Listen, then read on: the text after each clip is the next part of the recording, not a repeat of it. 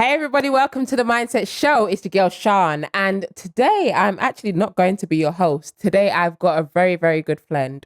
Good friend. One that has known me since I was about 12 years old.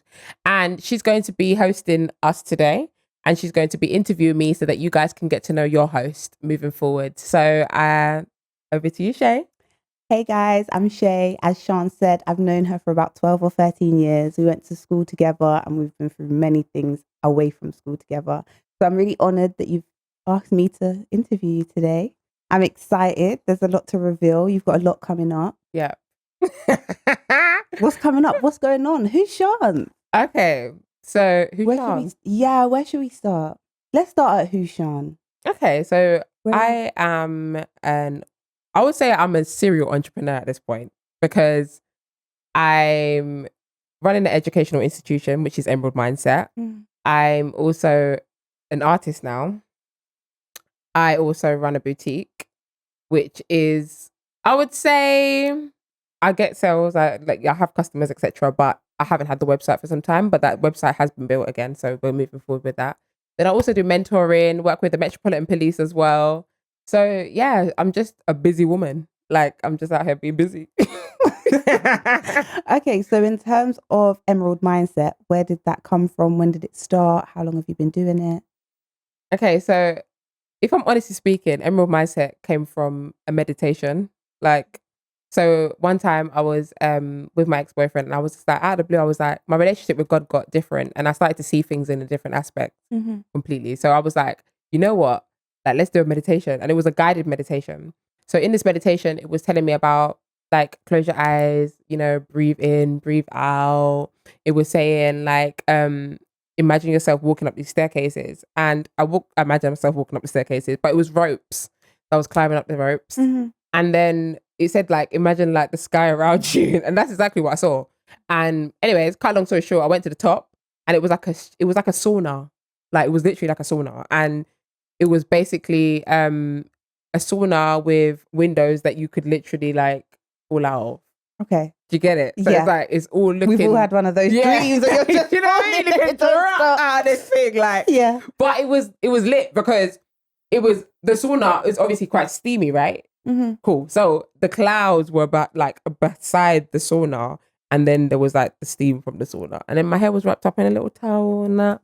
And I was just breathing in, breathing out, like the meditation was saying. Then it was like, right, then you imagine yourself coming out of this place. I don't know how I ended up, but I ended up on some mountains. Okay. And then from the mountains, I could see everyone, but they couldn't see me.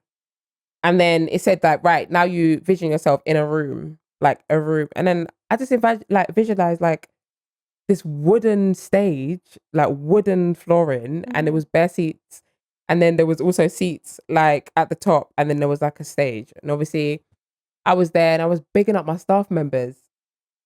And then as I opened my eyes, I was like, I'm going to become a businesswoman.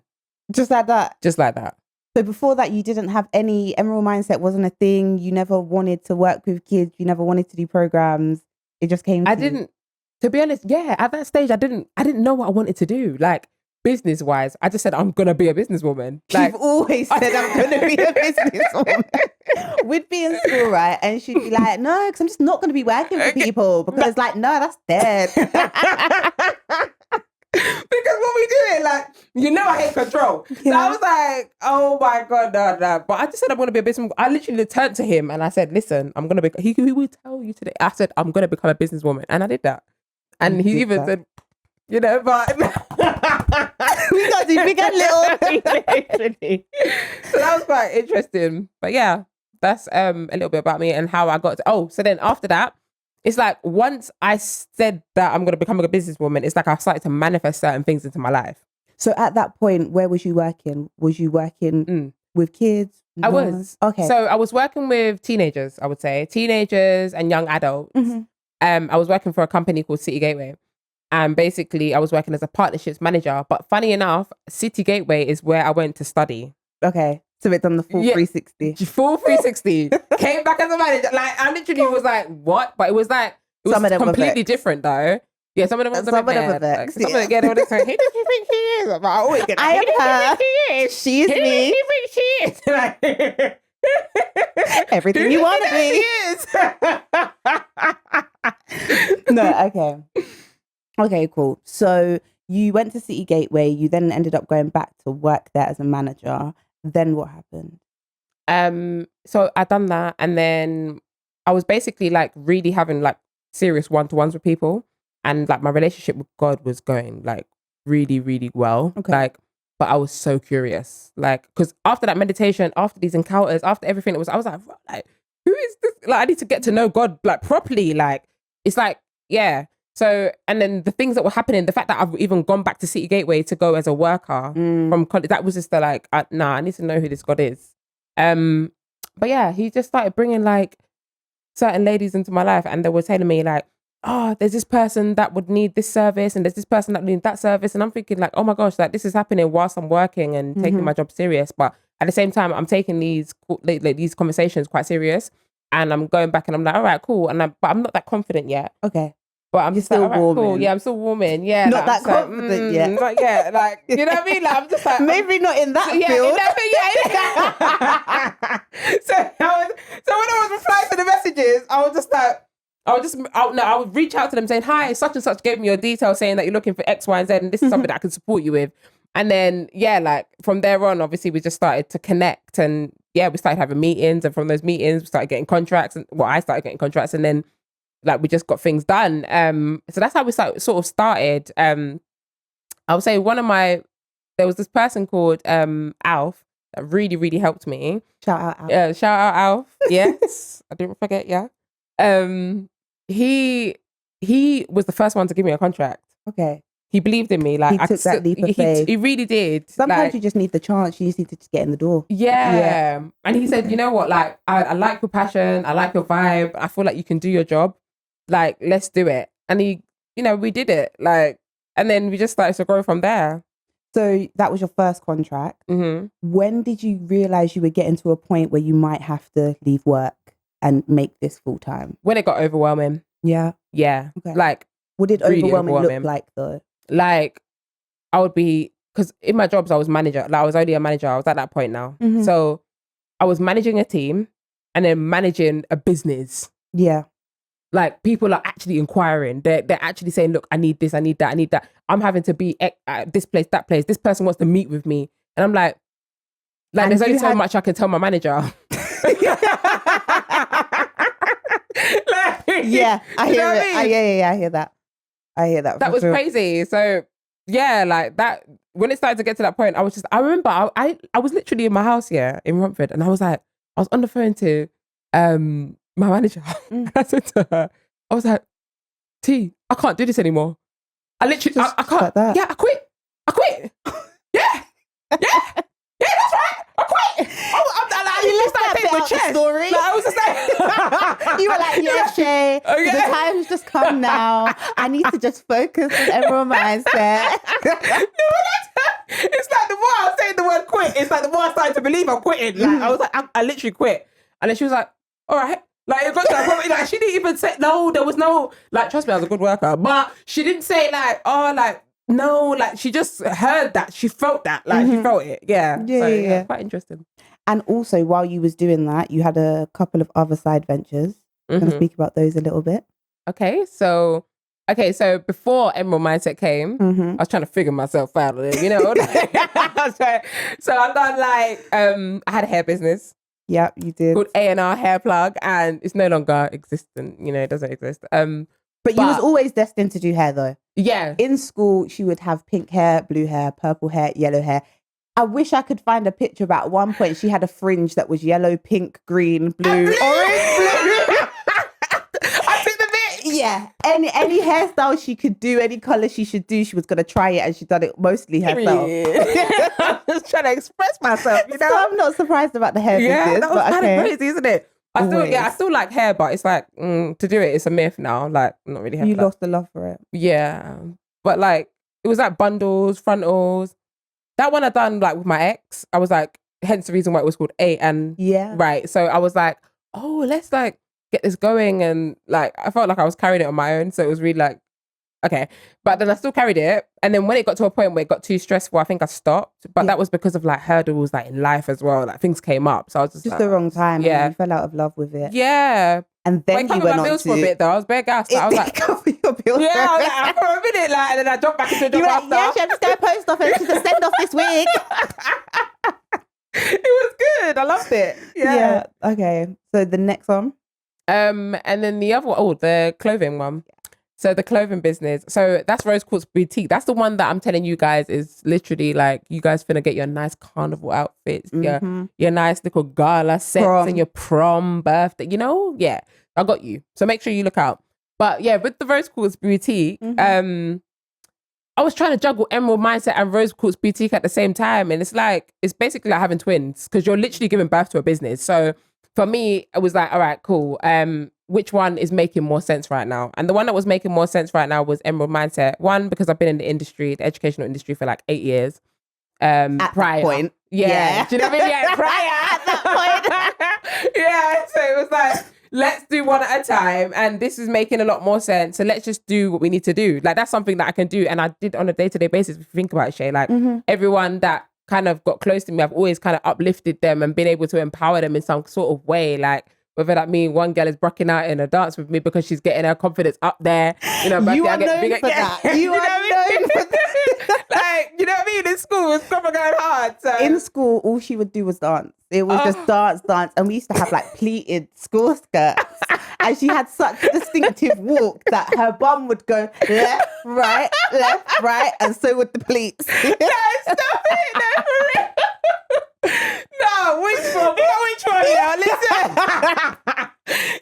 Listen, school was I had some great times at that place. I loved it. Great times at that place. Yeah, met some really interesting people, you know. It was actually quite interesting. That is another thing. So what would you say people from Winchmore would think of you then versus now? And what would you say to people that had an opinion on you then? Ooh, okay. Ooh, she got good questions, isn't it? Bro, we're going to get it hard out. Girl, right. So, okay, I'll be real with you guys. Like, I would say people at Winchmore would probably say that Sharn's aggressive. Sharn's quite, direct. I would say Sharn's a bit scary. Yeah. And yeah, like they all got it twisted. Like you guys got it twisted. Like it was the aggression was passion. Did they get it twisted, or was that a different part of your life? Because there are times where you was all of those. No, you're actually right. No, for real. And there were reasons, but you were. True. Yeah, no, that's the point. But the thing is, the reason why I say they got it twisted is because I would never really come from a dark place or a nasty place. And sometimes when I was expressing myself, I would be misunderstood. And then that's when the aggression would come into play. Yeah. Do you get it? So it would be like, but that's when I would get aggressive. So yes and no, because it's like no, because let's say sometimes like, I'm passionate, exactly. So but it's overwhelming. If something else happened and we'd be walking down the corridor and someone would get in your way, you'd be like, "Move, man!" So that's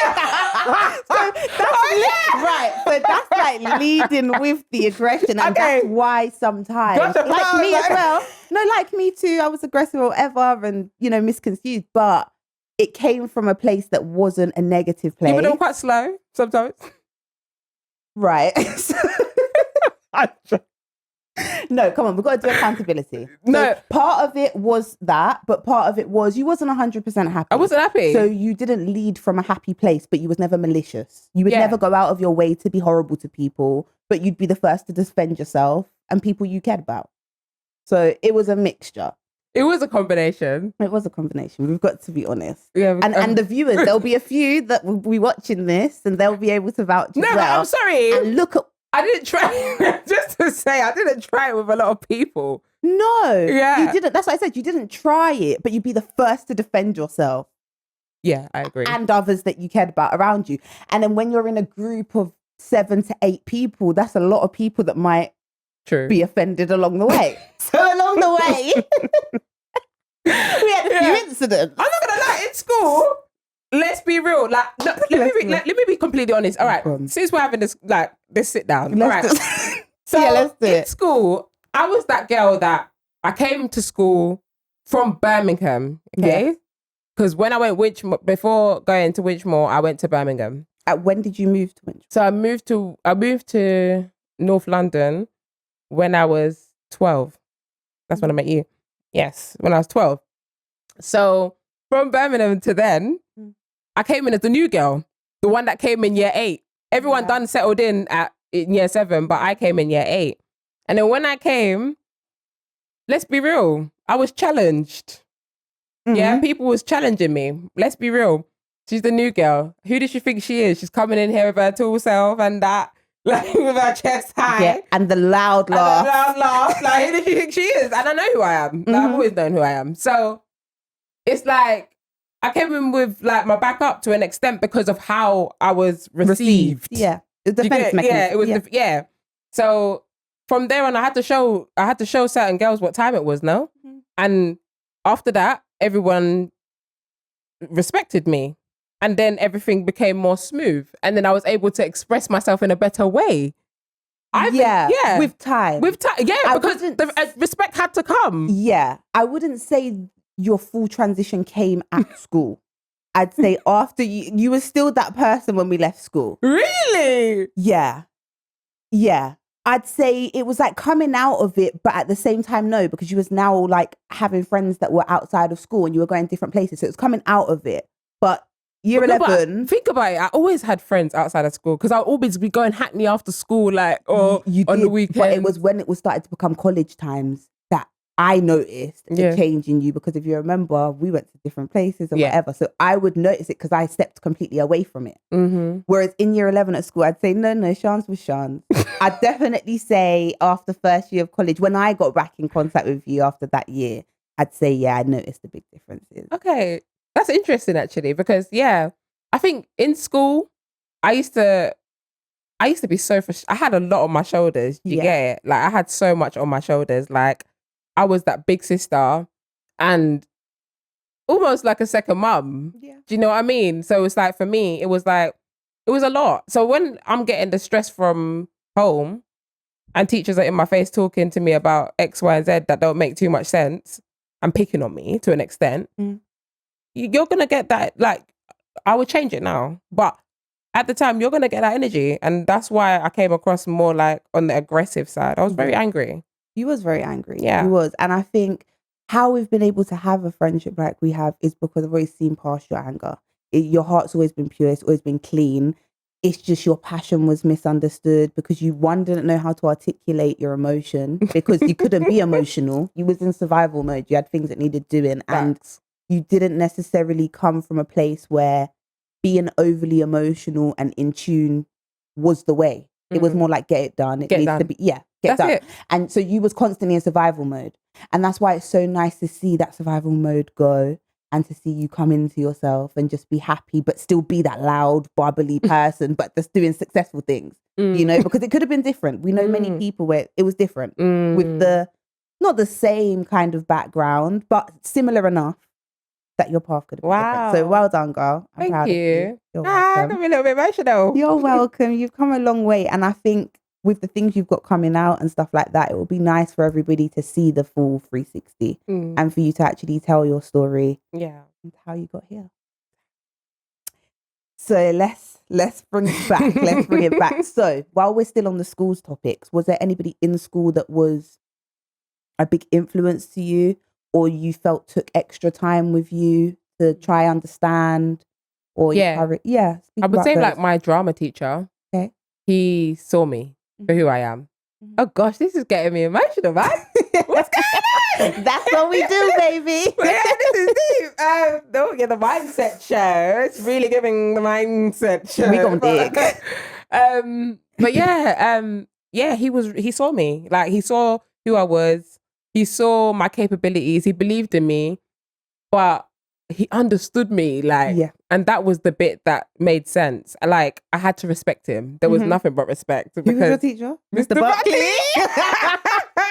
You know, Sharn, it's, you know, you just need to. And I was tall as well. So it's like that. Like, you know what I mean? It's from giving it to you, like, so I'm just taking it in, like, all right. So there's no, and then also I had like you know, they thought I needed anger management at some point. Yes, we all did. Yeah. Big up Miss Blake. Big up Mr. David. Yeah. So yeah, like I had like an anger management session, and it was more like a one-to-one coaching session. But it was like, where do you see yourself going, Sharn? Like where do you see yourself going? Like they gave me like a pie chart, and I had to like write where I saw like certain of my goals and aspirations. And I really appreciated someone just taking out the time and really getting to know me and wanting to know exactly what it is I want to do, etc. So when that took place, that really touched my heart. Like, and it just, after that, Lachey, do you not remember my whole like jumper was full of badges because I was getting like cancelling One leader. shield here, I was one shield like, there. I was like, what? That's what I'm saying. When you say year 11, I turned my life around. Like I proper turned my life around. Do you not remember my jumper was badged off? I remember you making the effort. Yes. That's and what the teachers That's what recognised I'm it. saying. Yes, I remember you making the efforts. I was saying the change wasn't in school. So you started the process, but it weren't like we got to year 11, it's a new person. You started on that journey. So when we went into college, that's when I saw it. Okay. And you started. Interesting, because you know in college I had some really interesting challenges. I'm not surprised. I'm not surprised. That's why I had to get out of London.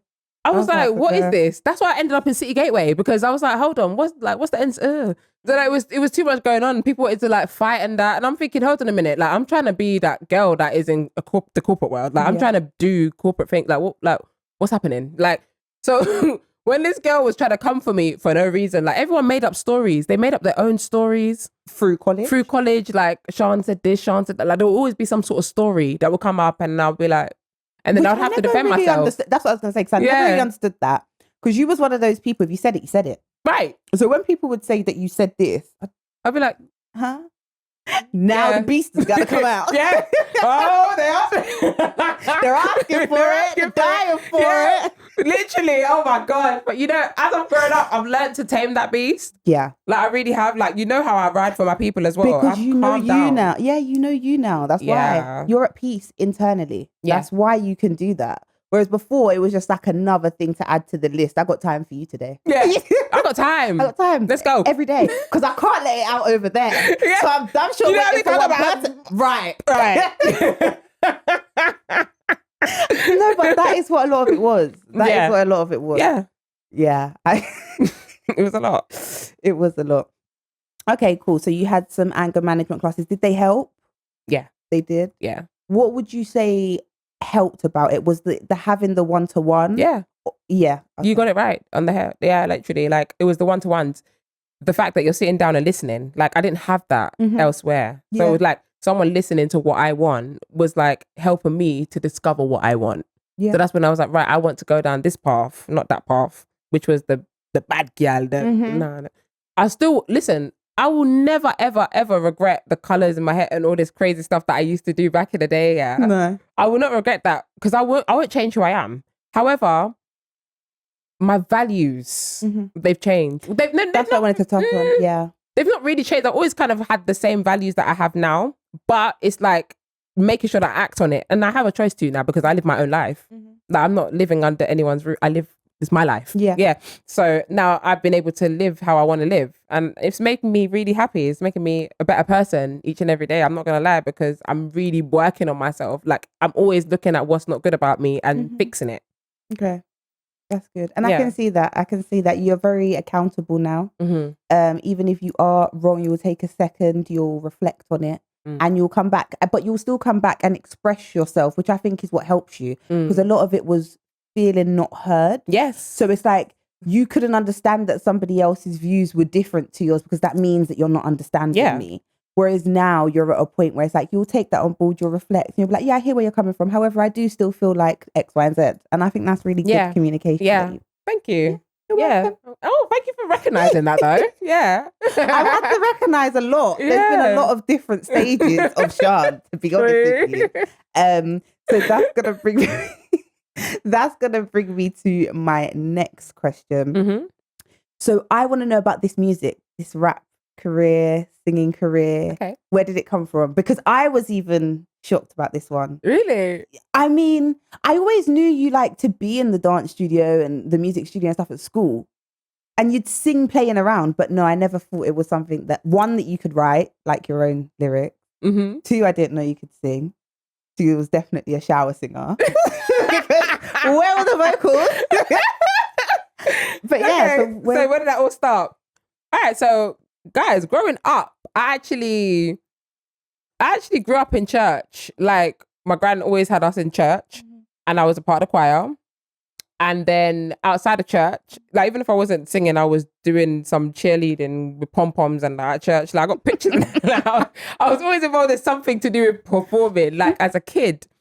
And then, like I said, my mom always had, like, I was always in like classes, like dance class, if not dance, drama class. I was active. My mom had me in gymnastics, everything. I was that active child. Good, I love that.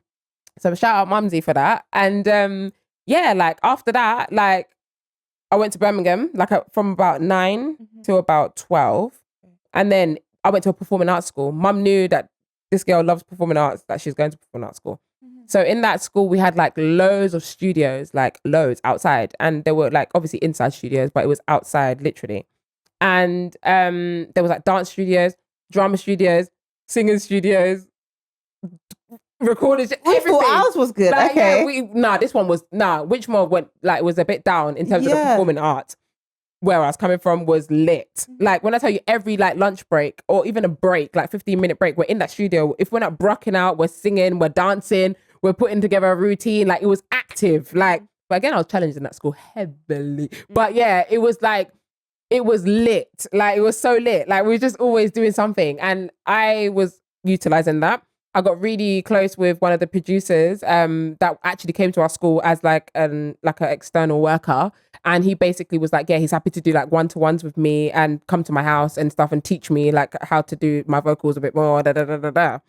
Mum agreed. Yeah, he would come and we'd get that going. Anyways, cut long story short, we moved from Birmingham to London. And then that's when it kind of came to an end. Okay. And then from there, obviously I came Winchmore. So in fact, I skipped out primary school. In primary school, I used to go and like, I was a part of a choir there as well. And I used to go and like perform at the Round Chapel, the Hackney Empire and stuff like that. So you've been doing this? Yeah, so I've been doing this. Okay. Yeah. Mom always said, look at the clock and just pretend that it's people and just look round and round and round and just get on with it and you won't even it won't phase you. And that's always worked for me. And then through coaching at Emerald Mindset, I've then now found that passion again because it's like, just give me the mic. Let me show you how to do it. Like, just give, and then, just give me, and then I'll just show them the passion I'm looking for. And then eventually I just kind of fell into it.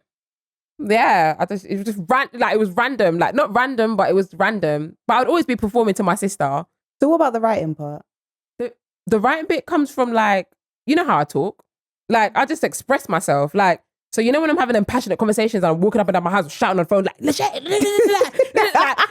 like, instead of that, I'm just putting it into bars now. Like, I'm just literally expressing myself so that I'll think of something. And once I think about it, like, the writing bit. I need to know about the writing bit. Yeah, don't just skip past it. I know there's a story. Yeah, there's actually a story. My auntie reminded me the other day, you know, as a child, as a primary school kid, I was a really good like poet. Like I used to write poems, like loads of, like I used to write bare poems, like, and it was so good that the school published my poem. Like they were like, nah, this is excellent. And they put it's in a book now. Like I just don't remember the name of it. I have to figure that out soon. We're going to have to find that out. Yeah, we'll find that out. We'll figure that out. Is primary school, Grestone, I'm on to you. So so I'm going to figure that out. But yeah, I used to write poems. So that's how the rhyming comes in. But then in terms of what I speak about, it's just, you know, my mindset. Like that's how I think. Yeah. And what is your main message with the music? Because it very much ties in with Emerald Mindset.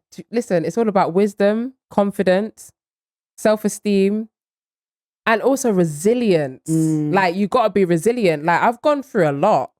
Yeah. Like I've gone through a lot, and I'm still able to be who I am today. And I've never changed. Like you have. In a positive way, I guess. Yes, exactly. You're going to own that. Yeah. Yeah. We're going to own the wins. So I've changed in a positive way, but I've never changed who I am though. Like I've always kind of believed in myself, regardless of what I'm going through. I've always seen the positive in the situation, and that's what's helped me remain resilient. Like, and that's my message. Be resilient, be who you are, be your authentic self. Like, don't let no one stop you. Like, okay, you can come from here, but you can become this. Like, it's all about a mindset. How did you become that way? Where does that mindset come from? Was you brought up around people with that mindset? Did you have to learn it through life experiences? Because it's okay to say, like, you got to believe in yourself, just get back up and try again. But how? I had a lot of people knocking me. Like, I didn't have people in my corner saying, like, Sharn, you're well done, or yeah, like, congratulations for things that I've done. Like, no, I've had to literally just be my own cheerleader. Like, it's quite sad, to be honest. Like, I've had to actually cheer myself on. So, like, yeah, that's where that's come from. Like, I think that's the best way to describe it. I think just cheering myself on, because at the end of the day, if you don't believe in yourself and nobody else is believing in you, like, so what? Do you think you're just here to be on the earth just for fun? Like, I'm not. Do you know what I mean? I'm not here. I know I got a purpose. Like, I know I got. So I have to believe in something. Like, and that's God. But even when God wasn't, like, when my relationship with God wasn't as close as it is today, I still had this self-belief in myself, and I don't know where that. I'm trying to still figure out where that was stemming from. Like, I think you just know. Like, you just know.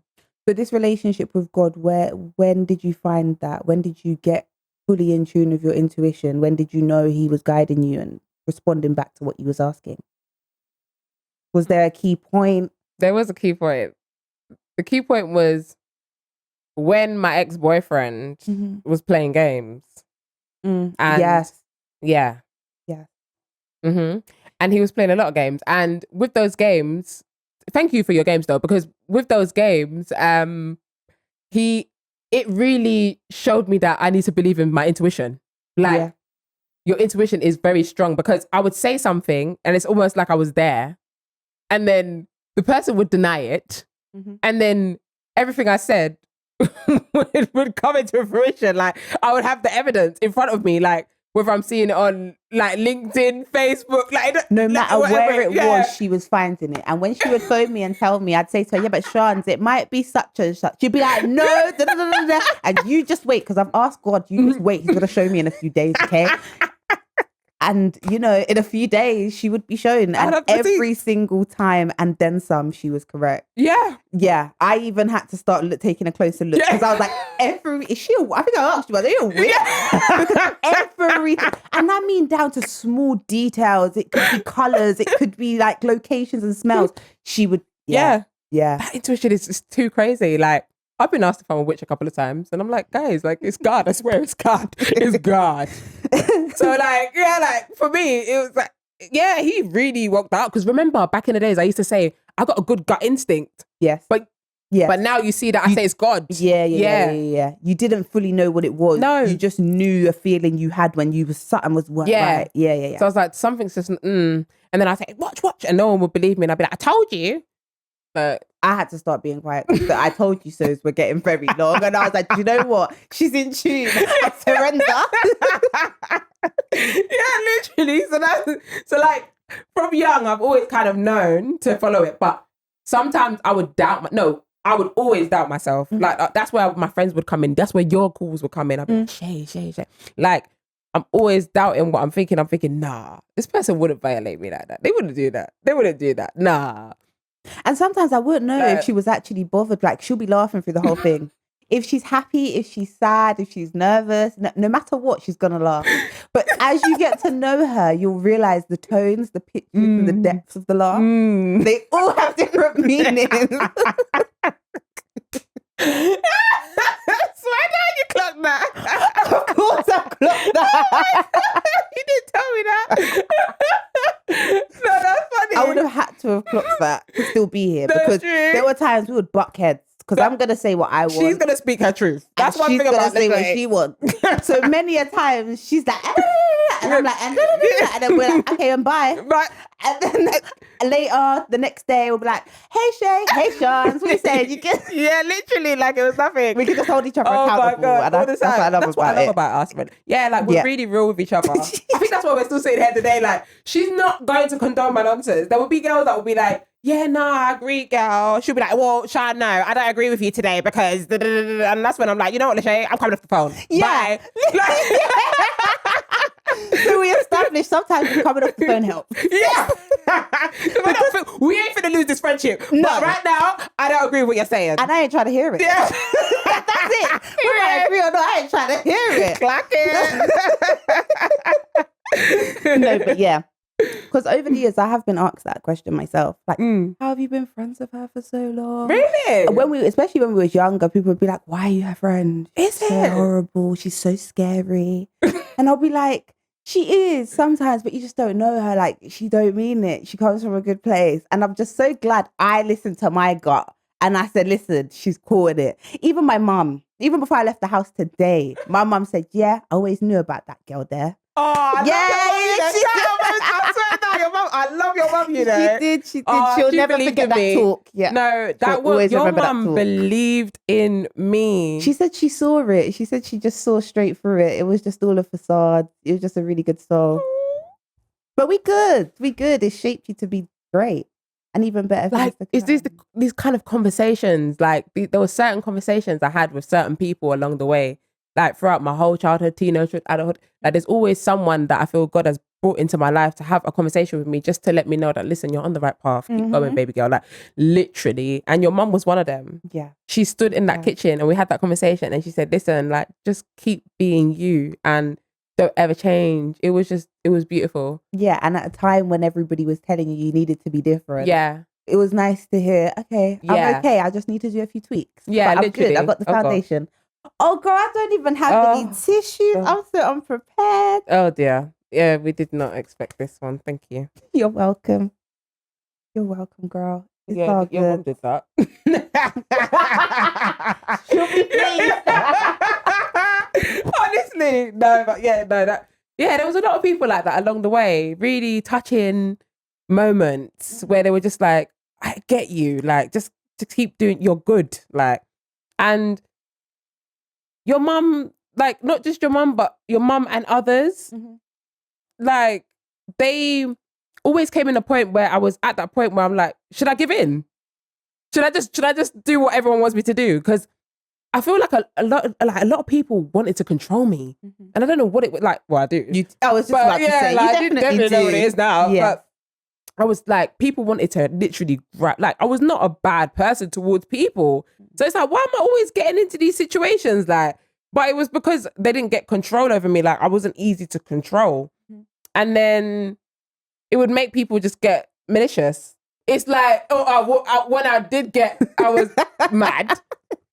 She's still there, but she just don't come out. Yeah, she don't come out. No. She doesn't need to. There's no surround need. yourself with good people. Yeah, good you're people. making money. You're learning and educating every day. Everything's smooth. And you're building a better relationship with God, so you don't need that to come out. Yeah, it doesn't need to come. I don't have time for it. Like, I actually genuinely don't have time for anything negative in my life anymore. Like, whenever someone, we call it low vibrational. Like, low vibration, straight up. It's in my music as well. Like, I'm actually like, no, that's low vibration, done. Like, I'll lock it off because I know what it's like to be in that. Like, I've chosen to go in the light path rather than the dark path.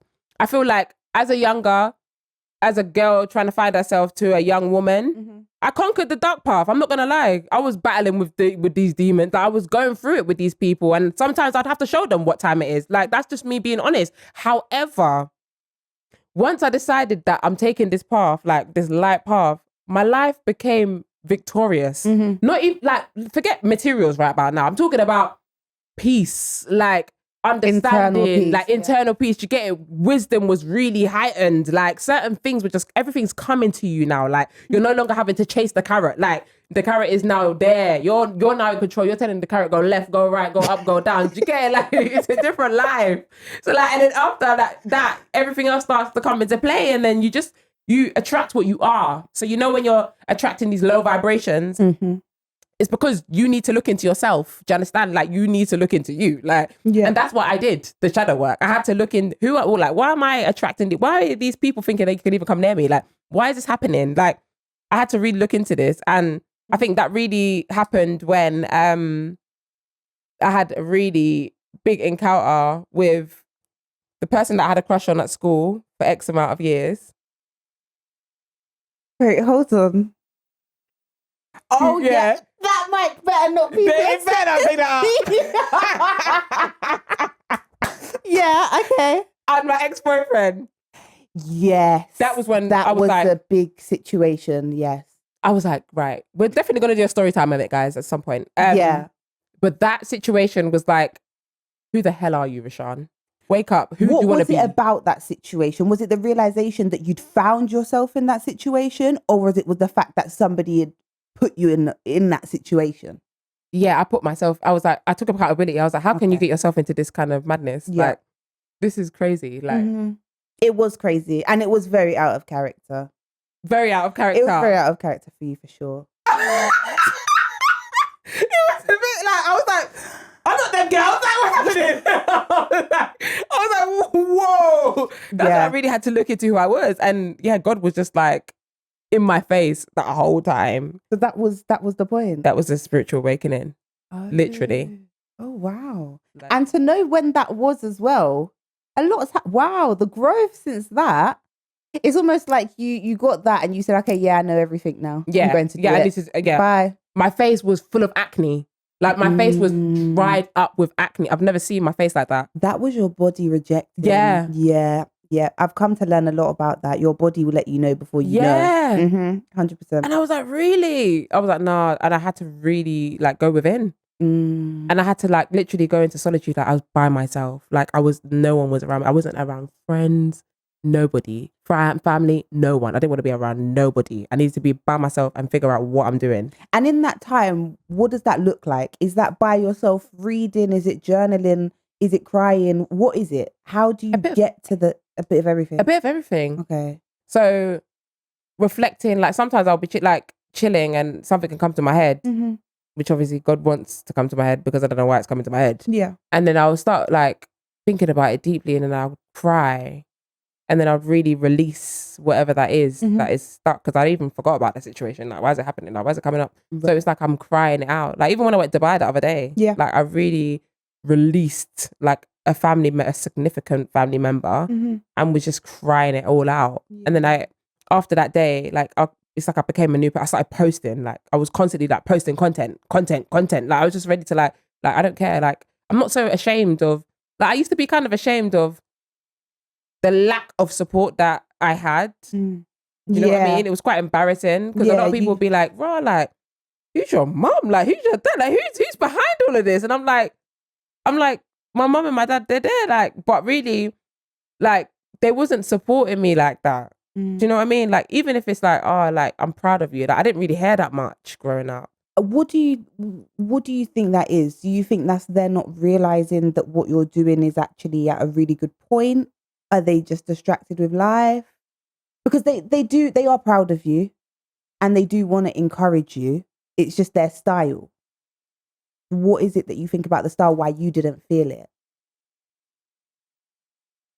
I think it was just the things that were said when they were trying to put me, like when I was being put down, like certain things were thrown at me to make me feel less than. And yeah, that was really telling. Okay. And yeah, like from like, mate, like am I someone on the road or am I your child? Like those are the sort of questions that needed to be asked or still need to be asked at some, you know, like it's just, yeah, I feel like the lack of support was that, I don't know, I can't really say it's because of like this or that. I just think it's down to being malicious. Okay. Yeah, and that's a hard point to look at it from. But hopefully one day you'll have your answers on that one. Yeah. And I'm sure that's not the case. But next, I need to know a little bit about the music video that you've got coming out. So this will be your first release. I want to know about the concept of the video, how you come up with it, who directed it. Give me the rundown on that. Okay, so the music video. What's it called? It's called Royalty. So Sharn Ford Royalty. That's the name of it. And the concept of the video. Okay, so who directed it? Moi. I directed it. So it was directed by myself. Okay. And it was edited by Shots Focus. Okay. And the reason why I done a music video for this is because I feel so passionate about this message. Like this message is everything. This message is what I wish was around when I was growing up. Because little girls are watching mimicking the moves. Like that's the first bar. Right. My point is, like I got a lot of my leaders from TV shows and films, but it would have been nice to see some of my black sisters doing certain things. Now, let's not take away from some of the black sisters because I'm not doing that. Yeah. Because they have done their big one. Like, but I mean, when I say black sister, I'm talking about people that are like around you, like in Not your. only that, when we was younger, who was doing, like, it's not like now. Now I can say, yeah, the black community, there's loads of names I could reel off. But realistically, when we was in school, Wasn't really much. No, maybe there was, but they weren't being shouted about like how things are now, because social media isn't how it was now. You know what you just said just sprung something in my head. So I wonder why. I wonder if that's when. Hold on, get yours out. All right, Go on.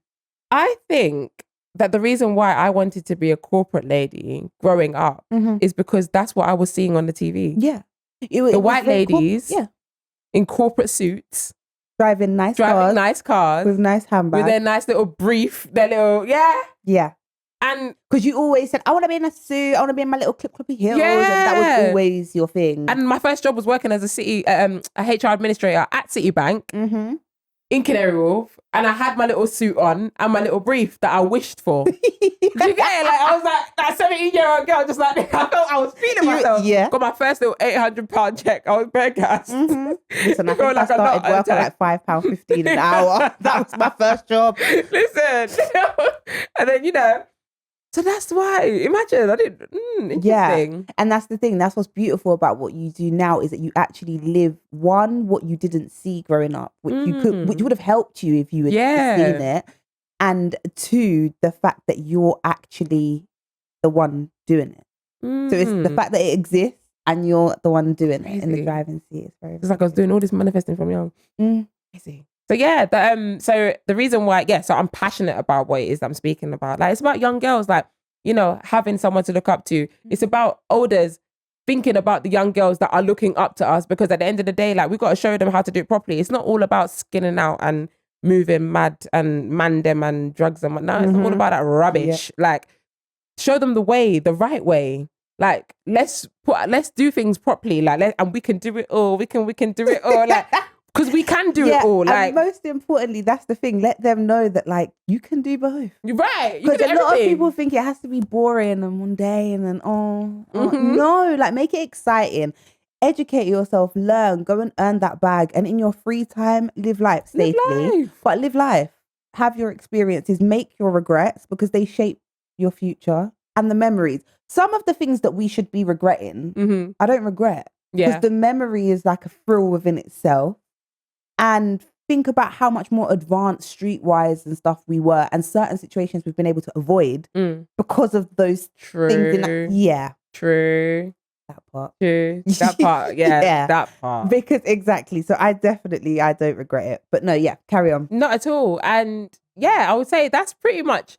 And I just want the message to go out properly. I want also people to see, like, the face behind the song, because obviously my first song, Resilience, I only showed like a blurry vision of myself on the actual single cover. But with this one, it was like, boom, yo, Sharn, I'm here. This is who I am. This is what I believe on. This is what I believe in, and this is what I stand for. Like, this is what I'm saying, and this is what we need to do. And that's kind of where I'm at with my company, and obviously now doing this music thing. So yeah, I mean, really enjoying it. So where is most of your attention going to be? Is it now with music? Is Emerald Mindset at a point where it's your baby, it will always be your baby, but it only needs small attention? Are you focusing on the music? Is there anything else that you're going to be doing? So Emerald Mindset's walking. Okay. So it's definitely like, it's no longer crawling, it's walking now. So I've kind of like not taken a step back, but I can kind of ease back. Like, I've eased off a little bit now. And now I'm focusing more on the music, because I just want my messages to be heard. Like, a lot of the people that come into Emerald Mindset and come onto our programs and sit down and hear me speak on the mindset programs are hearing what they're hearing in my lyrics in person, but other people are not really understanding where Emerald, what is this Emerald Mindset? Okay, yeah, great. She's offering opportunities for young people and adults. She's got these opportunities available, but what's actually happening in the class? Well, this is what I'm saying in my classes. What I'm speaking now, you guys can fully understand where my mindset is at. Where did that word Emerald Mindset even come from? That name come from? It's come from my mindset. I've had to, like I said, look into myself, look at what I don't like and fix it. Yeah. And that's all about having the right mindset. So I want all these youngers that I would like to support, and these elders that I'd like to support as well by Emerald Mindset, to have an Emerald Mindset. Do you know what I mean? Like, that's literally what it is. So what's the process? If people are interested in either having the program at their establishment, or if young people are interested in signing up, what's the process of the application? We have a website, www.emeraldmindset.org. And on the website, you can put like an inquiry form in. Or if we, like, say, for example, you had somebody, I could send you the link, the referral form link. You would refer that individual, or they could self-refer themselves. They would put down what course they're interested in, etc.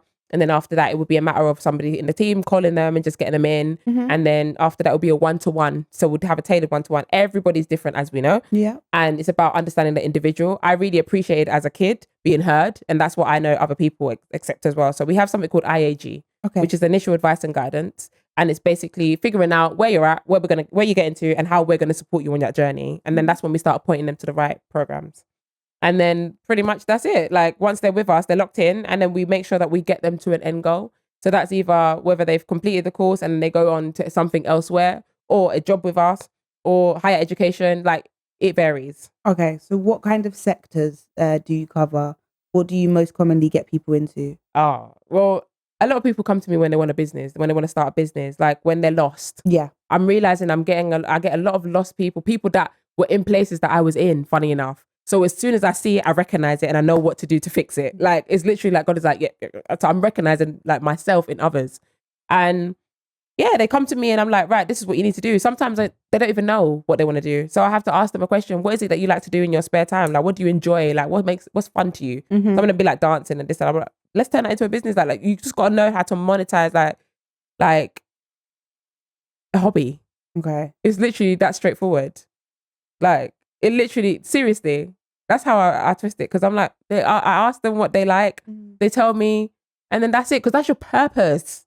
So in terms of like applications and CVs and stuff like that, you've obviously seen a lot in your 10 years in the industry. Yeah. What would you say needs improving? Have you got any tips or any do's or don'ts for your CV? Or what would you be looking at whether you was going to take someone on? It's just the basics. Like, sometimes I see, like, they'll have the name of the job, a couple of bullet points, no date. Okay, yeah. It's like little things like that. You need to pay attention to detail. Like, make sure you're caring about your CV. Like, this is something that's representing you. Like, you need to know how to represent yourself. And a lot of them are missing certain things or not putting enough. Like, for example, I have certain CVs in front of me, and I have the person in front of me too. We'll be going through their CV. And then I'm like, right, so I need a couple of more bullet points on this. Like, I need to understand what you done when you was here. And then they're like telling me something else. Oh, and we done an enrichment. Oh, and then I done some volunteering here. And then I done this and I done something. Like, what? So why is this not on your CV? Like, put everything on your CV. Yeah, very lazy. Like, you have to put this on your CV. It's true. But then I feel like sometimes people think, this is what I'm saying, the expectations are, it's not all there. Because sometimes people think that they need to hold back from certain things. Like, oh, actually, I shouldn't put that I was in a music event helping out with X, Y, and Z on my CV because it's not related to the corporate world. No, but it's still an experience that you had. It's still a skill that you're outlining. Like, you need to put that on your CV. Like, there's things that people think that they shouldn't put on there because they're scared. I was that person as well. I was scared to express myself and be who I am because I'm thinking this is not how you act in the corporate world. Yes, that is a big thing. Do you know what I mean? Yeah, looking how we do in corporate is not easy. Comes with a lot of stigmas and but then I do have a message though. I do have a message because this is another thing that we have a problem with, especially our ethnic minorities. Yeah, you go into the workplace thinking that you need to act like you're at home. Like, for example, you have to respect your mom and dad, you know that, and you go into the workplace feeling like you have to hold back on your words simply because it's going to come across like you're disrespecting because you're answering back. But when you're in a workplace, you need to learn how to assert yourself. You can't dim your shine or hold back on what your actual thoughts are simply because you feel like you need to respect that individual. You're not disrespecting them by voicing what your opinion is. Like, you need to put it out there. So get rid of that whole mindset of, elderly, you have to respect your elders. I think it's all about the articulation, isn't it? It is. A lot of people need to learn how to articulate themselves, and then you can say whatever you want, but you've just got to know how to say it. No matter what people's...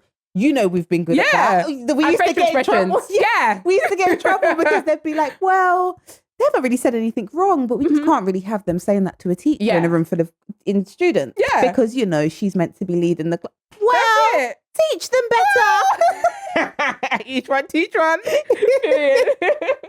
No, yeah. So I want to touch on friendship groups. So when you was younger, your friendship groups, what they looked like compared to now. And do you think your friendship group plays a big part in who you are as a person and how you live your life, basically? Okay, so when you say my friendship group, you're talking about school, right? Yeah, school times. Adolescence. I'd say pre-20. Okay, yeah, okay. Oh gosh, so my friendship groups were. You was a part of that. Yeah, you was a part of the friendship group. They were. We were all bold. Yeah, we all had a personality. Mm-hmm. Like we were all lit. Okay. Period. First things first. But we all had our own traumas. Like we all was going through a lot of things as young girls, and we was all kind of in survival mode to an extent, to be honest. Which is what kind of bonded us. It really bonded us. Yeah. There were some choices that the friendship group made that I wasn't in agreement with, and I think it still kind of shows who I am today because I'm not a follower. And a lot of the friendship group were jumping over gates. I was one of them. To go to Wood Green. That was really unnecessary. It wasn't to go to Wood Green. It was to do anything but school, okay? But anything but school. But I would always get the stories about Wood Green. That's what was the case. And the reason why it was Wood Green is because our school was right there. So like we had Winchmore Hill, then Wood Green was right there. Then we had Edmonton, then all the surrounding areas. Yeah, we were in the middle of it all. Right, you had Tottenham just there, Edmonton there, Wood Green there. It was just convenient. Yeah. You get a 1-to-1 to Enfield up in my way. Like it was lit. 329 would do Wood Green to bloody Enfield Town. Yeah, literally. And then it would take you to Edmonton Green as well. Yeah. So, actually, no, it no, didn't. 191. No. W8. We had to get the W8 after. W8. That was so dead. Anyone that's from those areas would know that was so annoying. Like, because I would be nearly on time for school, running down First Farm. Mate. Me and my name was always 10 toes. No, was it First Farm? No, was it Peyton Park? I can't remember the name. Used to come, we just used to like cross over and then just get the bus up to school. But the friendship group. Yeah, so so sometimes, so where the friends would kind of like, I felt like my friendship group was a bit more advanced in terms of like men. Okay. Or boys at the time because we was young. Yeah. They were more active. Like they were more about that sensual side of themselves. Like they were more in touch with that side of themselves, I would say. So for me, that was like, it wasn't inspiring, but it was like, it was interesting.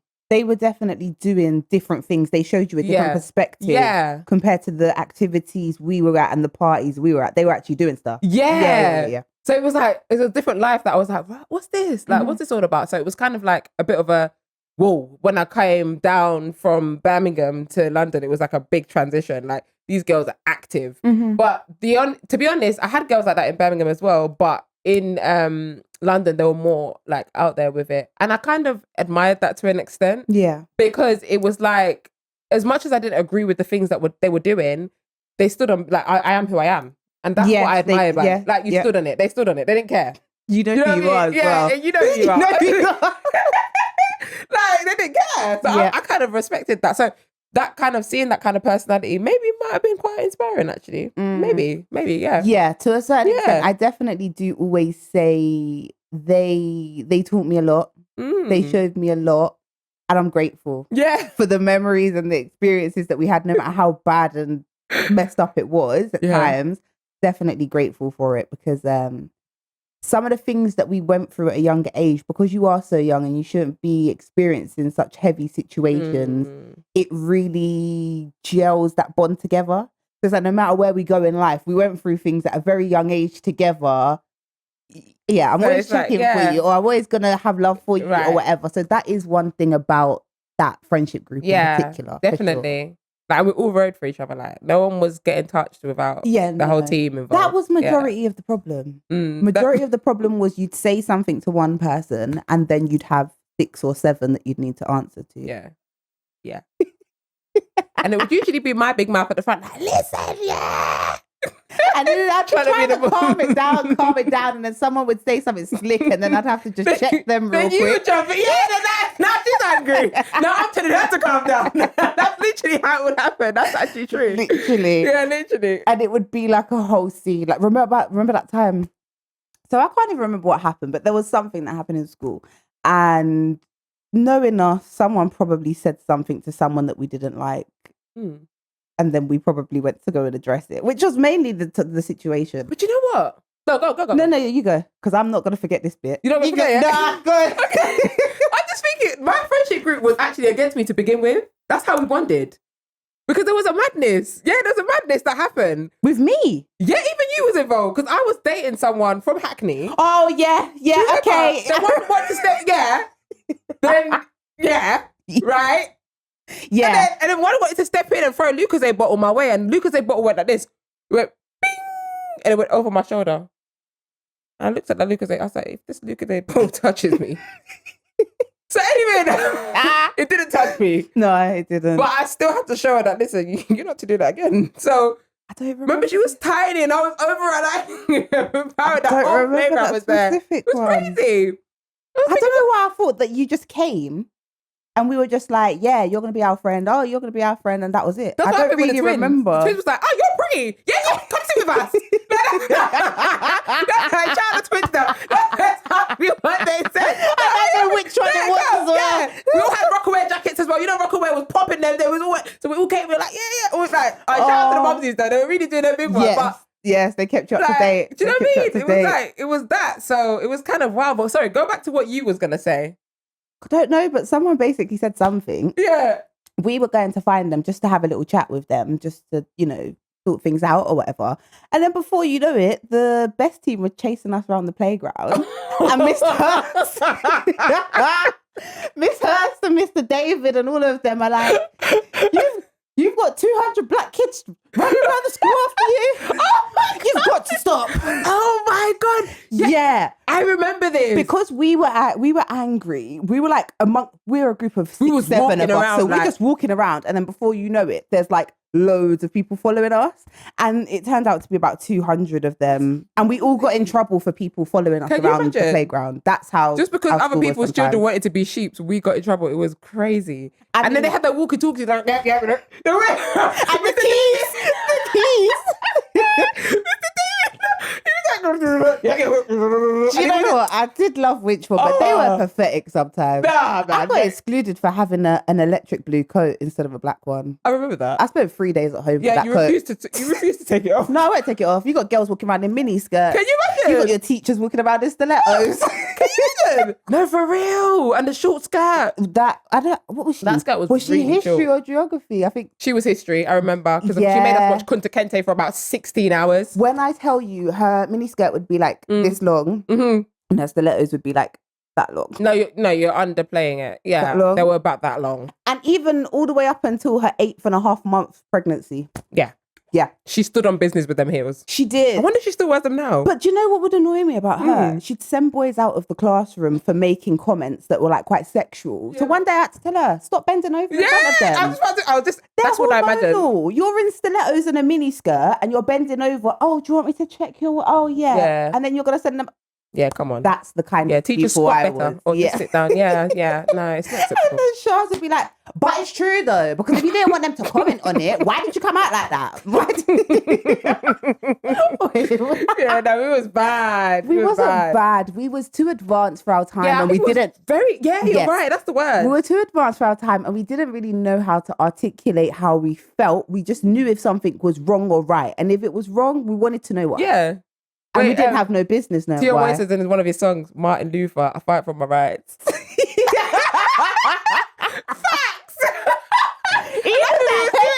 That's exactly how it used to be. Oh my God. Yeah, period. But yeah, no, grateful for those friendship groups and the lessons taught. So post 20, did you meet many more new friends, connections? What is friendship groups to you? I don't really do the friendship thing. I'll be honest with you. I don't really, no. You have to really show me that you're a friend for me to take you in. You cut people off very easily. Yeah. But you give chances. I do. But then you'll think you'll be on your chance and it's all going well and there'll be one thing they'll do and then you'll be just like, no, bye. And I'll be like, Shans, let's just talk about this. And you'll be like, no, I think I've decided. Yeah, I've made my decision, literally. Yeah, you'll be like, shut up, Shay, it's done. Yeah. It's a wrap. Block. Done. And to this day, I can probably guarantee they're still blocked. So like, I don't really play about me, like, because I've gone through so much where I don't really have time to be going back and forth with low vibrational people. And if I'm at that level of low vibration, then I need to move myself away and do the work because we can't be doing this together. You know what I mean? It has to just, like, that's why I lock you off. So it's one of those ones where the real ones have lasted in my life. Like, and that's just it. Like, me and you, our friendship is close because you're real. Yeah. Like, you know? Yeah. We just hold each other accountable. Exactly. And that's it. And so if you don't like it for the day, that's fine. And if I don't like it for the day, that's fine. But at least we know where we'll always stand. Yeah, we always know where we stand. I never can think, oh, Lachey's chatting me to Tom, Dick and Harry and say this, that and the other. Because at the end of the day, like, I know if you've got something to say, you're going to say it to me. Yeah. And even if people do say things, I'll be like, that's you. That's your relationship with her. Look at what she's doing. Right. Like, da, da, da, da. And they're always like, oh, really? Oh, yeah, that's really No, but to be honest, listen, can I just make something clear? I don't care. Anyone from the past, if you've had something bad to say about me, like, I really don't care. That's number one. And number two, like, it's like, if you ever have anything bad to say about me, it's because I've kept it real with you. Like, I've told you something that people that you're usually around would not tell you. Yes, but like we addressed earlier, sometimes you was leading from that unhappy. No, I don't care. I'm not gonna. I have to stand on business with this. It's not about leading with. Because what about that person in the corridor? Who? That was just in the way because the person before annoyed you. Now they're getting told, just move. Just move. Right. They clearly would have been doing something stupid at the time. But if you wasn't angry or feeling away at that time, them not standing in the correct part wouldn't have bothered you. Listen. So I'm going to say 85% of the time that was the case, but there was a lot of times where you did leave. Whatever anyone's got to say, that's their business. I've always been who I am. I've not changed. Do you understand? Yeah. If anyone's got a problem with me, it's usually because they're hearing something that's the truth about themselves or they've been told to move. At the end of the day, if you see someone walking through the corridor and she's in a certain mood, why are you going to stand in front of their face? But they're not. That's just silly. No, they're not standing in front of your face, but because I would still do the same thing now. Like, you wouldn't. I really would. I've been out with you socially now. It's like, what are you doing? Like, I don't know. She's not crediting herself 100%. I've been out with her socially now. And some instances, if someone was to barge her when we was younger by accident or whatever, it would be a problem. Yeah. Now it might just be like a simple. No, but you're speaking about people saying, for example, you said, people would be like, oh, but how come you're friends with her or this, that, and other? Oh, yeah. Yes, I'm those ones. Okay, but I don't care about those people. No. And those people, like I said, if they have a problem with me, it's simply because they've been told something that the people that they're around, the fake people that they're around, would not tell them the realness. And I keep it real and I keep it 100% honest. And a lot of them are jealous because I'm able to be my authentic self and they lack that in themselves. A lot of people dislike people because they lack something that they're seeing within an individual. It's a reflection of how they feel about themselves. So let's just make that clear before we continue with this interview. I really do not care what anyone's got to say about me. Cared. I've never cared and I never will. That's how you are. Yes. Because you haven't cared. No. Because if you would have stopped and cared at certain points, it wouldn't have given you that drive to push through the negative that people think and of you. A lot of those people, where are they today? That is a good point. Exactly. So if someone's a bad person, then why is everybody like, what's happening? You was never a bad person. It was where it was led from, because we know that you wasn't 100% internally happy all the time. That is going to come out some way. So some interpretations people have of you, they haven't spoke to you a day in their life. They've just seen that storm when that storm was storming. And those are the people, and that's the angle I'm talking about. Because those opinions still matter, not to you or to your daily life, but just how you're viewed overall. You don't want to do all this good work to still have people view you in a negative way because of something then. Do you know what? If I'm completely honest with you, I don't care. That's amazing. My truth. I actually don't care. Like, I don't care what anyone thinks of me. Like, anybody. Like, I don't care. Because I am who I am, and God knows who I am. I'm not here to serve man. I'm here to serve myself, and I'm here to serve Christ. Do you understand? But why did you have to go there? I'm not here to, as in man, as in, like, man, literally, like, man. I'm not here to, like, not literally a man. I'm not here to please man, like you. Like, I'm not here to please anything but God and myself. Do you understand? So it's like, when with those people as well, I pity them to an extent as well, because at the end of the day, like, how can you judge somebody without getting to know one? Like, you don't even know that person, but you want to judge them. That already, you're showing me you're a weak person. You're weak then. Because, somebody can never turn around and say to me, I don't like Lachey. They And the reason can. why, no, can't. Because Why? I'm not going to, so I'm going to dislike you because you don't like Lachey? No, I'm not I'm gonna saying have to that, get but to we're know you saying now. they can. Right, Yeah, let me before give you I an make judgment. example. Right, for example, if you was to tell me something and someone done you something bad or whatever, and then I happen to cross paths with them in life or whatever, somewhere in my head, I'm going to be mindful of what Sharn's told me. I'm not going to dislike them, but how can I explain it? I'm going to be more alert. So the second they do one thing, they're completely discredited because you was already on a bit of a minus. So that's what I mean by it. It's not always that they've met you, but it's like, I might not even give you an opportunity now because I've heard you show up late to work. I think that's a lack mindset.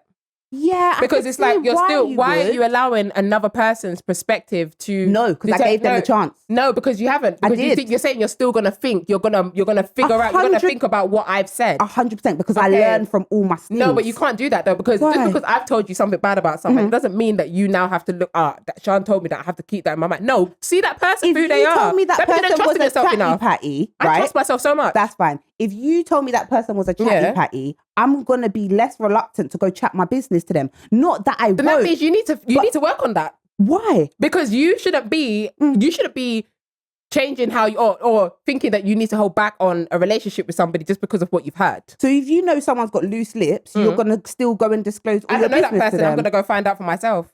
I disagree, Sharn. I'm gonna go find out for myself. Yeah, you'll Literally, find out, but that bit will be there. Even my staff members, if I see certain things, or if I hear something, I've heard that somebody's a lazy worker and they're rubbish at their work and they're this and they're that. Listen, I employed that person. I still had to come into my you would workplace. do. Yeah, because what? I'm gonna listen to you. I need to see what this person's about. You could be blocking their blessings. You could be trying to put me off of that individual because that individual, you saw a gem in them and you're jealous of that. I've been around a lot of jealous people. Yeah, a lot of people that are jealous. So therefore, I know how people think. So I'm like, okay, just because you said it, I'm not going to listen. I'm just going to see it. And if they mess up, then they mess up. But at least I know I've given them that opportunity. But you got the heads up. Yeah, so but I still subconsciously in your head, still treat that person. No, I'm not. That's where I'm different. Okay, we'll have to agree to disagree on that one, because I think if something burns you, it's only natural for you to hold that somewhere in your head, and you might try it again, but you might not fully indulge, or you're on hyper alert.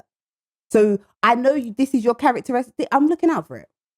I hear you. Yeah, I'm looking out for it now, because what I'm trying to say is I don't feel like I have to experience a burn to necessarily feel the burn. So it's like, but use your discernment. That's where that relationship with God is key. What did you say? Your discernment. Okay, you need to explain that to me. I don't know what that means. Discernment is like a spirit of discernment is when you can perceive things. Okay, you can see things, or you can feel things. It's your intuition. Right. Okay. Yeah. You're focusing on that. I don't need to be scared to like date someone, for example, and think that, oh my God, my life can go really downhill, because my relationship with Christ is like that. I know that God is going to tell me that is rubbish, Sharn. Leave that situation. Keep it moving. Like, I know that I'm going to get the heads up. So I don't mind putting myself in danger, as they call it. Yeah. Because at the end of the day, I know that through that, I'm going to get the warnings even at the beginning of that. And that would make sense, because I'm not very much of a risk taker. It would make sense why my subconscious is more hyper alert. So anything he's going to stick looking out for the next time. So I notice the flags. So that might be what it is. It's the mindset. Yeah, because you're fully in trust with your intuition, and I'm in the journey of trusting my intuition. That might be why we have a difference in that opinion. Because I think things do stick. That makes sense. Yeah, that makes a lot of sense.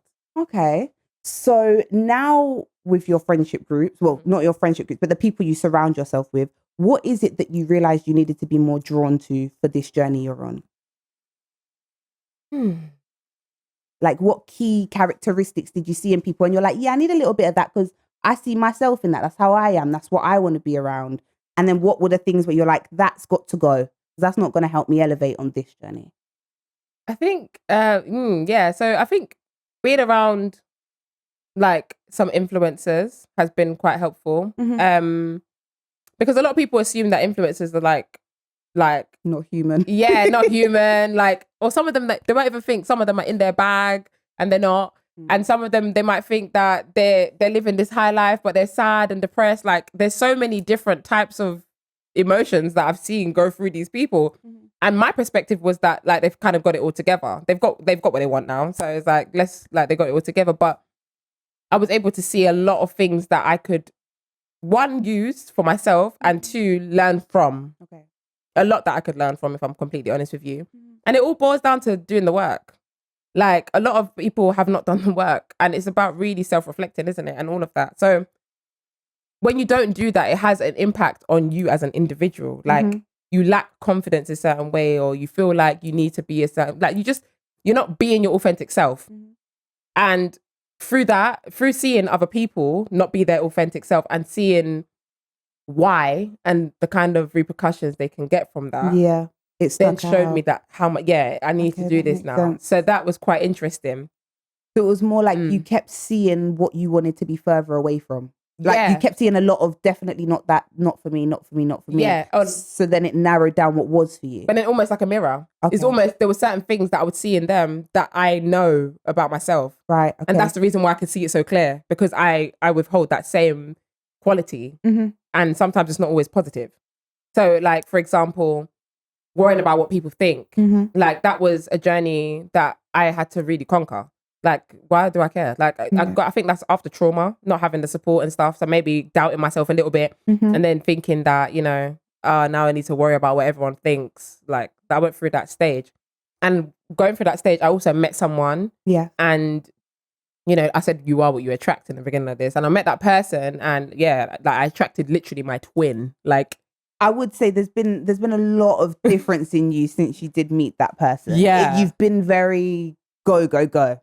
And you could tell that you was around somebody that was either in that same kind of area or just had the mindset that was a go-getter. Yeah. Which is what you've been. Like a real go-getter. That makes sense. Yeah.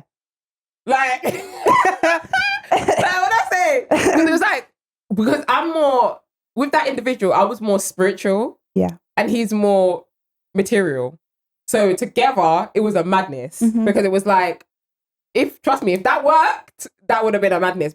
Because together, it yeah. Anyways, so like I said, it was like it could have been a madness. So I will stand with that one. So yeah,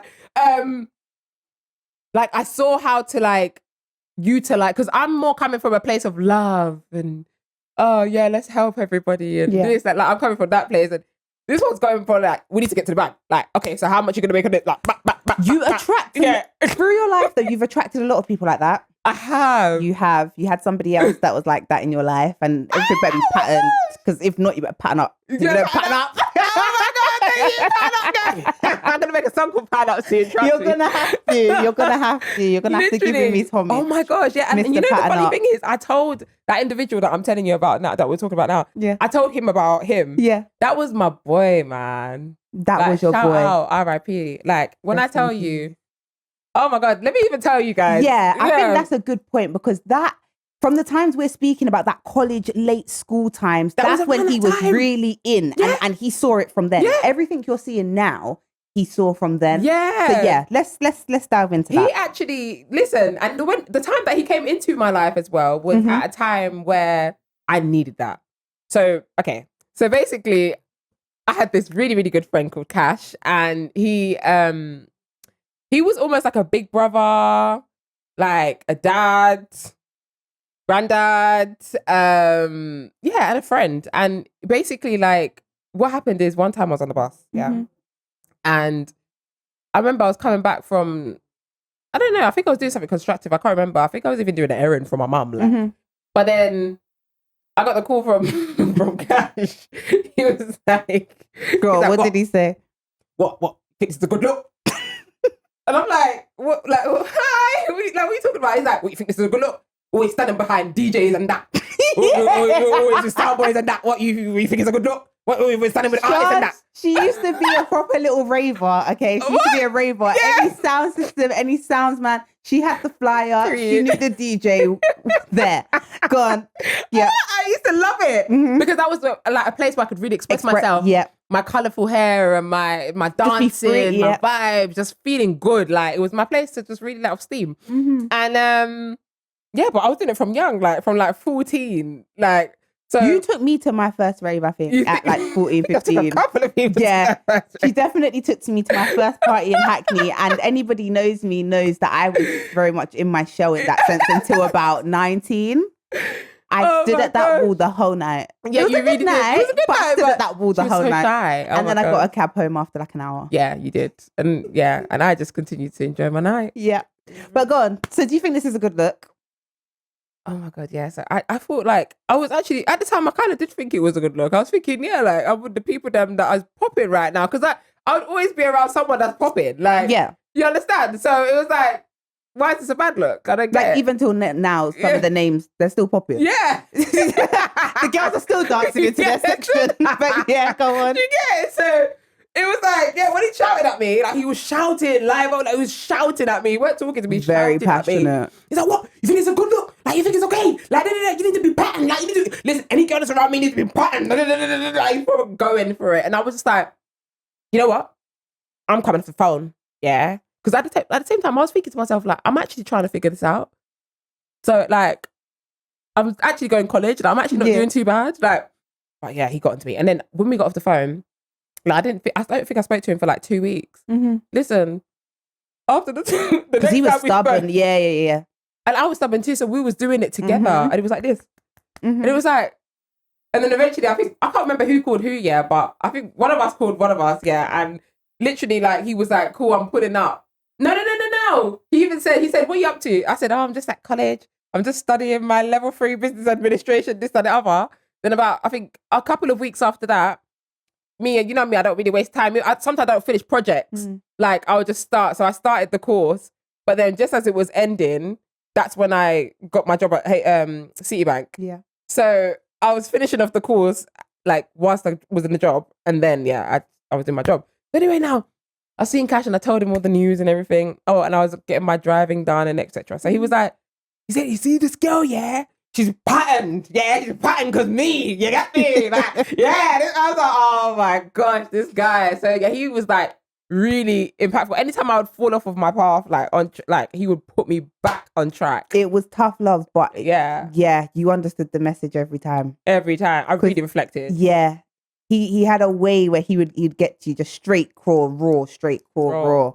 Yeah, it's true. Yeah, like, God he always was put like, those people into my life. Like, there was no filter. Like, he was another one. You better argue it out with him because he ain't backing down and you ain't backing down, but you're gonna listen to what he said because you're better than this. Yeah. Okay, it's a pattern up. Yeah. And that's why I was like, you know what? He's kind of got a point. Yeah, I hear what he's saying, but it's not what he thinks. Like, that's exactly he just how didn't see the work behind the scenes. Like, I just don't understand. Yeah, like, I'm a silent worker. Please, I'm a silent worker. Like, I just do things in silence and then I activate. Like, that's how I operate. And the same person that we was talking about before, it was the same with him. Like, he spoke like him. He would shout like him. He would literally have the same kind of passion. Like, so he could get through to me. Like, and yeah, like, he got through to me very well. I had to reflect. I needed that time away. Like, one thing about my personality is, like, you can tell me this. And in front of you, I'm not going to hear it because I'm going to stand on what I'm standing on. Yep. But then when I go back, if I know it's any good for me, I'm going to reflect on it and I'm going to make those changes. Like, and that's what's good, because that's what a lot of people can't do. A lot of people do wrong and strong. You can have strong opinions, but you need to know when reflection time is as well. And you are good at that. You do reflect. And you do come back and let people know you've reflected, but you still stand on what you stand on. Yeah. But it's like, I've reflected and I can see your point now. Yeah. Whereas sometimes it was like, switch off, can't even see your point. Yeah, no. So yeah, that's a good improvement. Yeah, like, I have to switch off at times because if not... Whatever works for you, girl, it's working. So whatever works for you. And you know what's beautiful about now? Yeah, a lot of the people that I like meet today or that know me today, like, they understand me. Like, it's not, I don't have to explain myself. No. I don't have to, like, no. Like, even when I'm in my mood, like, if I'm like, I don't want to talk to you, like, they're literally just like, come here, man. Just, like, or, like, the other day, I was like, I'm not answering my friend's calls. Like, I'm just not answering his call. So I got a lot of, like, my guy friends and that, but the girlfriend, But the guy, like, he called me and he was like, you're going to answer your phone. Like, you're going to learn to stop dropping people out. You're not dropping me out. You're staying in my life. That's some energy we could get behind. Wait, who's that? We could get behind that. I was like, oh, hello. So that was like a bit of, but like, he's actually my friend. Like, he's got a baby on the way. Like, he's actually, he's got a baby. Like, it's like, he's got his relationship. like he's actually my friend. But that was like, wow, this is like I got some loyal people. Like I'm actually attracting like the that kind of realize loyalty. when you're going off path as well. Yeah, yeah. And they just reel you back Yeah, in. yeah, It's like, yeah. stop with the foolishness. Come back in. Not with me. Yeah, literally. So like when people show me that they care, that's when they get my responses. Yeah. Really. When they show you care, you take off a couple layers. Yeah, yeah. I just You are a bloody big onion. There's a lot of layers. You know what? But honestly, she will keep peeling and you will get closer and closer to that core. Yeah, because you didn't even know I had the rapping in me. No, that's what I mean. Yeah, I've known you for crazy. 13 years and I never knew the music side. I think pretty much most things, I don't think there'd be another talent that I'd be like completely shocked about. But the music, yeah. I would. Yeah. Because you were so expressive and stuff. Mm-hmm. Because I always knew you to be the dancer, to be the person that's going out. I thought, why have I not seen the music bits? Yeah. Where's it been? Even the writing, like the poetry, I didn't know that you used to write or that you'd had anything published or whatever. So that's great. I think we need to pull out some of those archives. Yeah, definitely. Let's pull out some of those archives. Let's show them that you've really been doing this. For real. From knee-high primary school was your first choir? That was well, my first choir was church. Church? Yeah. And then primary school. Yeah. Yeah. Okay. Kind of crazy, actually. Wow. Yeah, you've got quite a portfolio behind you, to be honest with you. You've got 10 years in the education stuff. You've then got banking, 20 years in like the music stuff and the dancing and playing around. For your music video, who styled you? Me. So you styled yourself, you directed it, you wrote the lyric, you performed it. Mm-hmm. So all you had is someone to mix and master? Yeah, mix and master. Shout out Slicks. She's an all-rounder. What, and then on Monday you're back to the office? Yeah, back to your office. Literally back to my office. Emerald. Oh my god. Oh yeah, literally crazy. It's just wild. Like, wow, for real. I'm literally sitting here because you're not my childhood friend. And I'm sitting here and I'm just like, yeah. Wow. I can't believe it. Like, I just can't believe it. I just think of all our silly times. And I'll be honest, I didn't think I'd see 10 to 15 years down the line and we'd be sitting here in the studio, shout out Media Works House. Honestly. Recording about your life and all the new journeys that you're about to go on. Crazy. So, yeah, I really appreciate you asking me to interview you. I'm honoured for the opportunity and I hope I've done you some justice. You have, absolutely. I think we've got to do it again. Yeah, and we definitely have to see more of you, Lachey. And on that note, guys, the Mindset Show. Take care. Look out for Sharn. Look out for royalty. Yeah, thank you. And you guys will be seeing a couple more episodes as well. Yes, tell them about your release. That you have coming. Which one? The Mind Show. Oh, the yeah. next So we interview. have got a special guest. I can't reveal the name, but she is a rapper as well. She's coming from Hackney, and she's doing some interesting things with herself that I would like to share with you guys. So we're going to be showing you guys that episode real soon. So stay tuned for that. And we also got Tan as well coming up. We've got a couple of people there in the pipeline. So make sure you guys stay tuned. But I just thought it would be really vital to like give you guys an opportunity to get to know me as well. Just so that you know, like when I'm saying certain things or I'm related to certain things that the individual was saying, I'm able, where it's coming from. It's not just coming from a place of air. All right, well, guys, it was lovely having you here and stay tuned. Thank you.